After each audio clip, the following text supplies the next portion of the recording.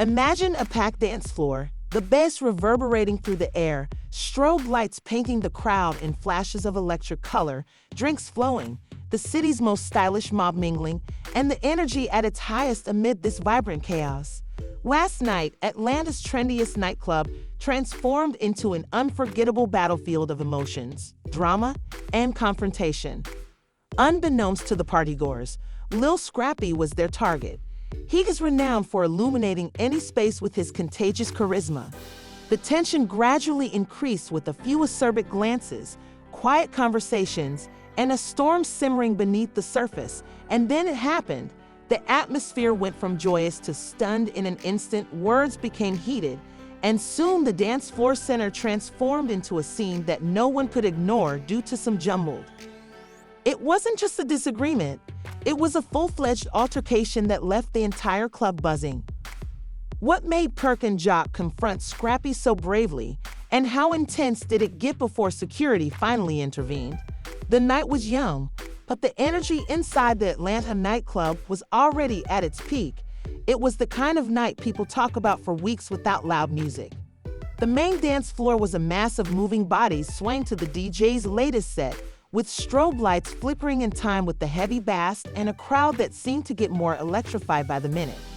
The line to enter had stretched around the block, attracting some of the city's most fashionable and well-connected faces. If you were someone worth knowing, this was the place to be. Up in the VIP section, a different kind of energy was brewing that wasn't about celebration. Kirk, Frost, and young Jock were seated in their reserved booth, their entourages buzzing around them. The two men looked sharp in designer jackets and were sporting the kind of clothes that people would wear. Up in the music on the outskirts of the floor, small groups gathered near the bar, balancing their cocktails while shouting over the noise. At first glance, they seemed content, laughing and sipping pricey liquor while sporting accessories that subtly suggested success. However, if someone had been paying more attention, they would have noticed that something was slightly off.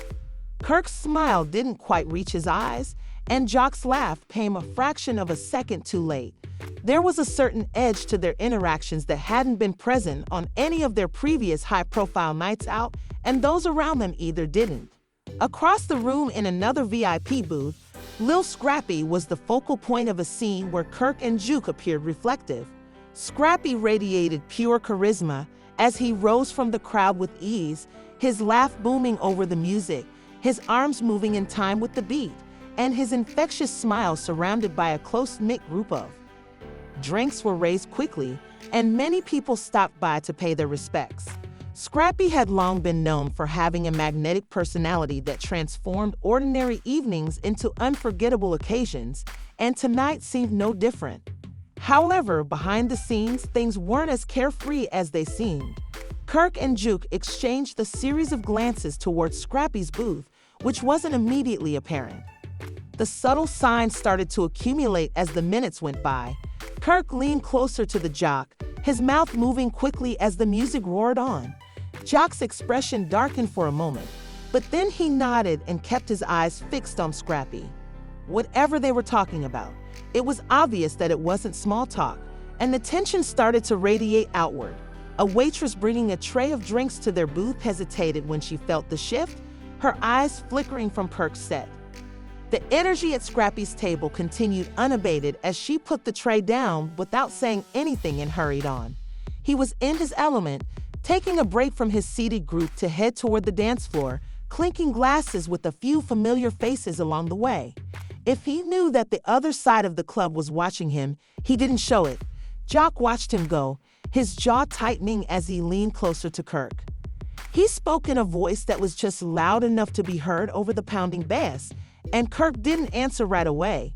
His attention was fixed on Scrappy's every move, and when he finally nodded, Kirk said, "Yeah," in a measured tone.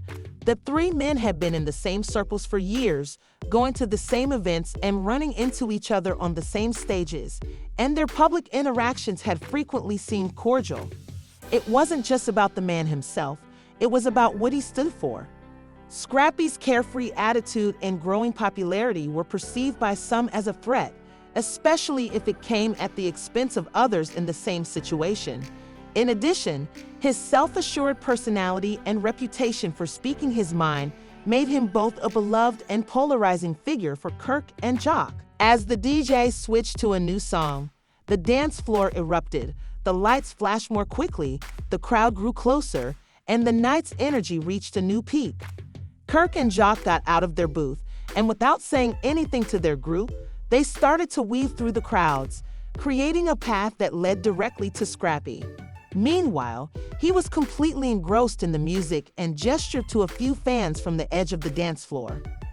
He didn't notice Kirk and Jock approaching until someone called his name and raised his glass in acknowledgement. However, a small portion of the audience turned to watch as the two men closed the distance. Their assured, measured steps stood in sharp contrast to the frantic movements of the dancers surrounding them.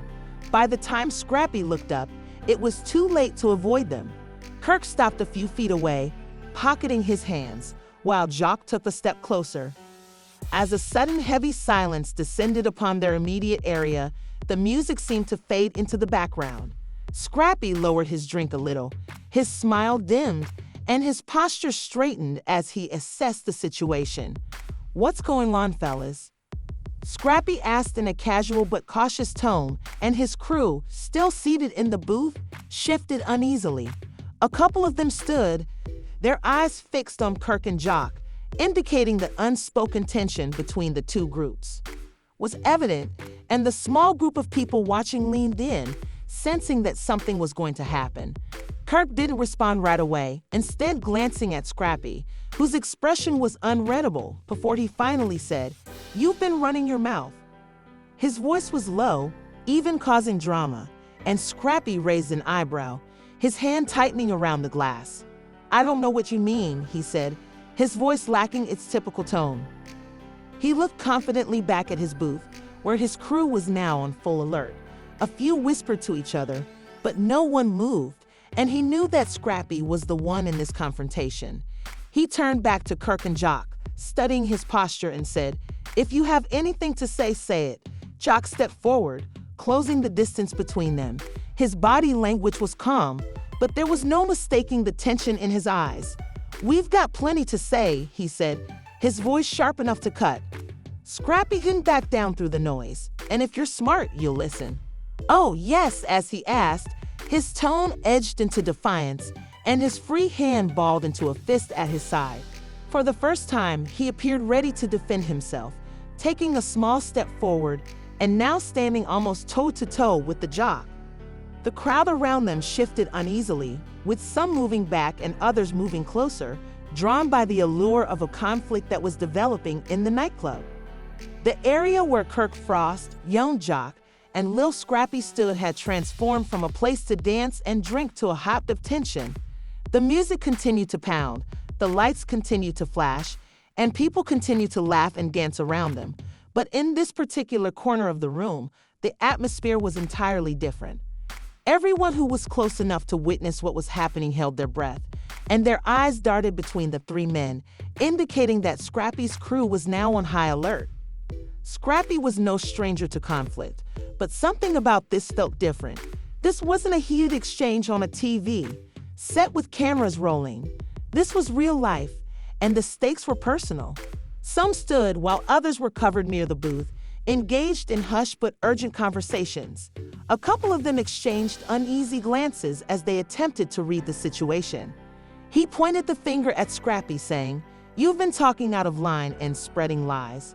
You think you can just run your mouth and not face the consequences." Scrappy lifted his chin and narrowed his eyes, saying, "If I have something to say, I'll say it." He shot back, "But don't come at me with these weak accusations unless you have something solid." Kirk stepped forward, his expression colder than ever. "Scrappy, we've got more than just words. Receipts. You want to deny what you've been saying behind our back box, okay, but we both know the truth." He took out his phone, unlocked it with a quick swipe, and then held the screen up. Scrappy's face reflected the glare of the device as he squinted at whatever was on display, but the weight of Kirk's gesture said enough, and Scrappy's jaw tightened. "This is your proof, then." Jock stepped in closer, almost shoulder to shoulder with Kirk, and he said, "Man, I miss you" with that nonsense, waving a dismissive hand. However, his posture told a different story. He leaned slightly back, almost imperceptibly, as if preparing for the next move. "This isn't out of context, though," Hassie said. "You've been playing both sides, saying one thing to us and another to." Scrappy's frustration boiled over, and he squared his shoulders and planted his feet, facing the two men directly. "You think you can come in here and press me? Who do you think you are?" he said. Suddenly, Kirk stepped forward, invading Scrappy's personal space. His voice was low, almost drowned out by the music, but still loud enough to send a shiver down Scrappy's spine. "Talking, and you'll see what happens next." Scrap didn't flinch. Instead, he held his ground, his eyes locked with Kirk's. "You don't scare me," he said, his voice steady even as his heartbeat raced. For a moment, it felt like everything would blow up, and Kirk's eyes narrowed, and the jock clenched his fists. At that moment, the crowd around them fell into a tense silence, the lights and music nearly dying down. Everyone was watching, waiting, and bracing for what seemed inevitable, but just as the tension reached its climax, one of the club's security guards moved between them. "All right, that's enough," he said firmly, and he put a hand on Kirk's shoulder, gently but firmly pushing him back a step. "Take it outside or take a seat," he said, and Kirk didn't resist, but he kept his eyes fixed on Scrappy, his expression unwavering. The jock relaxed a little, taking a step back as well. The security guard motioned for Kirk and Jock to return to their booth.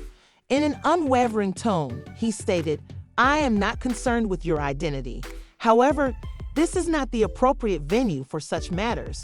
For a brief moment, it appeared as though Kirk and Jock might refuse, but Scrappy quickly exhaled, his posture loosening as the immediate threat passed. Stood their ground with unreadable expressions, but Kirk nodded and put his phone back in his pocket. "We'll settle this another time," he said, in a voice so low that only those closest to him could hear. Jock took one last look at Scrappy before turning and following Kirk back toward their VIP section. At first, Scrappy remained motionless, his breath still a little heavier than usual, while his crew started chatting among themselves. One of his friends, though there was a hint of lingering tension in his voice, Scrappy said, "I'm good," leaning in, "You good man?" and they asked in a tone full of concern. He picked up his drink, took a slow sip, and turned toward his booth. They were all talking, as always, but as he sat down, he couldn't get rid of the feeling that this wasn't over. The looks Kirk and Jock had given him when they approached him. Rather, it was only the beginning.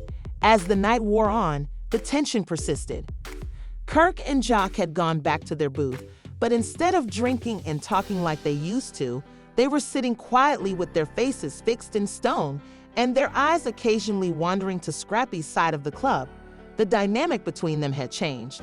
They were no longer just two men looking to have fun. Instead, they were men waiting, watching, and deciding what to do next. Scrappy, on the other hand, had tried his best to put the altercation behind him. Scrappy sipped his drink, maintaining his composure, but those closest to him could see that the encounter had left him uneasy. He wasn't afraid, not exactly, but he knew it wasn't over, and he was right. Word of the altercation spread quickly throughout the club. He was surrounded by his crew, who were obviously still on edge. They spoke in hushed tones and displayed tense body language as though any sudden move might set things off again. It didn't matter that the confrontation hadn't turned physical. Rumors turned it into something much bigger by the time the club's attention was drawn to it. People who had witnessed snippets of the heated exchange started sharing what they saw, embellishing details for dramatic effect. One woman claimed that Kirk and Joke had been prepared to swing, while a man at the bar told his friends that Scrappy had stood them down like a champ. The story was already taking off on its own when patrons began pulling out their phones. A shaky video taken from across the room started making the rounds on social media, showing little more than Kirk and the jock standing in front of Scrappy. The tension was evident, but it was enough because within minutes hashtags like #Kirk versus Scrappy, #J got receipts, and #ClubDrama were trending, and the club staff, doing their best to keep things in order, realized that the nights. Back in the VIP section, Events had left them at the center of a viral moment that was developing. Kirk checked his phone and saw the videos and hashtags. Some people were supporting him and the jock, saying that Scrappy had finally gotten what he deserved, while others were firmly in Scrappy's corner, applauding his ability to stand his ground. The public spectacle only fueled the fire, and Kirk became increasingly frustrated. Kirk leaned toward the jock, who showed him the. Kirk nodded, but his expression didn't soften. He said, "We need to handle this." Meanwhile, Scrappy's crew was watching the same social media storm unfold on their phones. One of his friends turned the screen toward him and said, "You're a legend, man," while Kirk muttered in a low, tense voice that suggested we were the ones who started this. The jock shook his head, "But it's just noise," he said. "They're calling you the king of the club," Scrappy said, trying to lighten the mood. He forced a smile, but it didn't reach his eyes. "Yeah, sure," he said, "but we both know they're not done with this." He pointed to Kirk and Jock's booth, where they were sitting and plotting. "You think this is the end? Nina, they're just getting started." As the club started to wind down, the crowd thinned out, and people were still talking about what had happened and exchanging stories as they filed Ed out into the. Everyone who had been there that night felt like they were a part of something greater than just a night out. It was more than just a story now. It was a narrative that everyone wanted to follow inside. Kirk and Jock finally got up. They hadn't had another drink or spoken much to one another since the confrontation, so they didn't need to worry about the tension between them. Some people lingered in the parking lot that night, wondering what would happen next. They looked at each other, and Scrappy was thick enough that they didn't need to speak. Kirk nodded toward the exit, saying, "Let's go." Jock followed without question, and the two men left the club as quietly as they had approached earlier in the evening. But their silence didn't mean they were finished. Rather, it meant they were preparing their next move. Scrappy watched them go from the other side of the room, his jaw clenched, possibly thinking. A group of people had gathered near the valet station, some of them scrolling through their phones while others talked excitedly about the night's events. He said under his breath, "They're just going to walk out of here and come at me another day." His closest friend leaned in and whispered something to him, but Scrappy simply shook his head, saying, "No, this isn't over." Outside the club, the air was cooler, but the atmosphere was still charged. Kirk and Juke passed. People moved aside to give them space as if the tension from the club was still following them. They got into their car, closed the doors, and drove away, and the glow of their phones lit up the interior as they scrolled through the online reactions. Although no one spoke, a few heads turned to watch, and even in the middle of all the chatter, their presence carried weight. Kirk's face hardened as he read the comments, which were a battleground. "You know what we need to do," Kirk said after a long pause. Jock looked at him with a knowing look in his eyes, and he nodded slowly. They didn't need to explain that the altercation in the club may have ended, but the real fight was just getting started, and that's where we stand, my friends. Tensions are boiling, alliances are falling apart, and questions remain unanswered.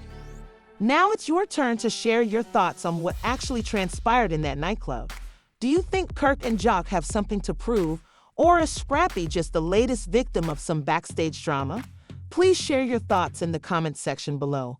Furthermore, remember to hit the bell icon, like this video, and subscribe to the channel so you'll be the first to know what happens next, I promise. The narrative continues with the fallout from. This tumultuous evening is only getting began.